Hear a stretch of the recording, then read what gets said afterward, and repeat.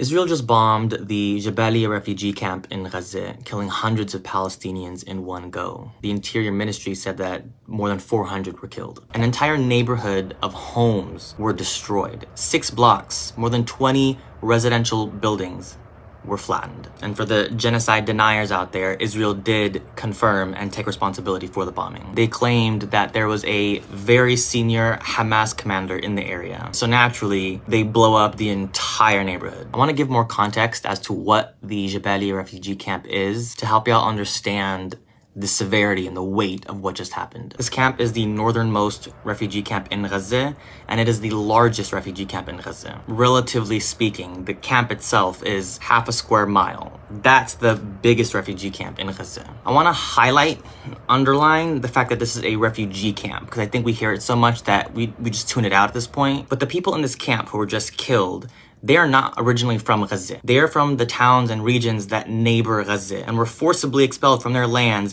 in 1948. They're all from Bir Saba, Khalil, Ramle, or Yafa. So in 1948, Israel forced these people to leave their land, and they found safety and a life in Gaza, only to be killed in Gaza by the same people who displaced them in the first place. That's the fact that I want you to absorb. These are refugees. These are people whose lives were already completely altered by the settler colony of Israel and later killed by the settler colony of Israel. And Gaza Strip as a whole is one of the most densely populated areas in the world. I think it's like the third. More than 2.2 million people on a strip of land that's 25 miles long and about 6 miles wide. The whole land, the whole piece of land is dense, but the camps, all 8 refugee camps, are somehow even more dense. These camps are extremely economically strained. The buildings in these camps are extremely tightly packed. The alleys and the streets between the buildings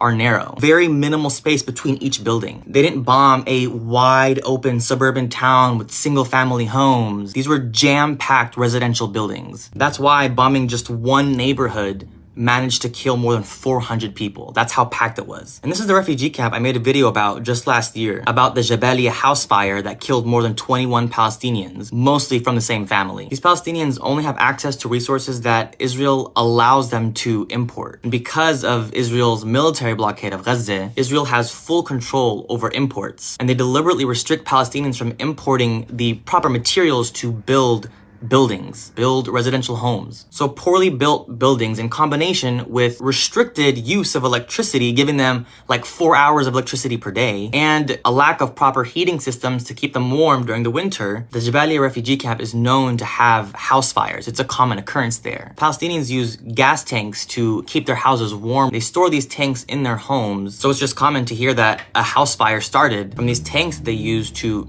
keep the house warm. So because of Israel, these people were forced to leave their land in 48. Because of Israel, they are forced to live in unlivable circumstances. And because of Israel, they were bombed and got killed. So especially for those of y'all who still don't really understand who the bad guy is, that should make it pretty apparent, especially regarding what the root issue is, because they claim it's Hamas and that's why they have to bomb Gaza. But these Palestinians in Jabalia were made refugees in 1948, more than 30 years before Hamas was even born. Hamas and any resistance movement is the direct result of Israel's actions.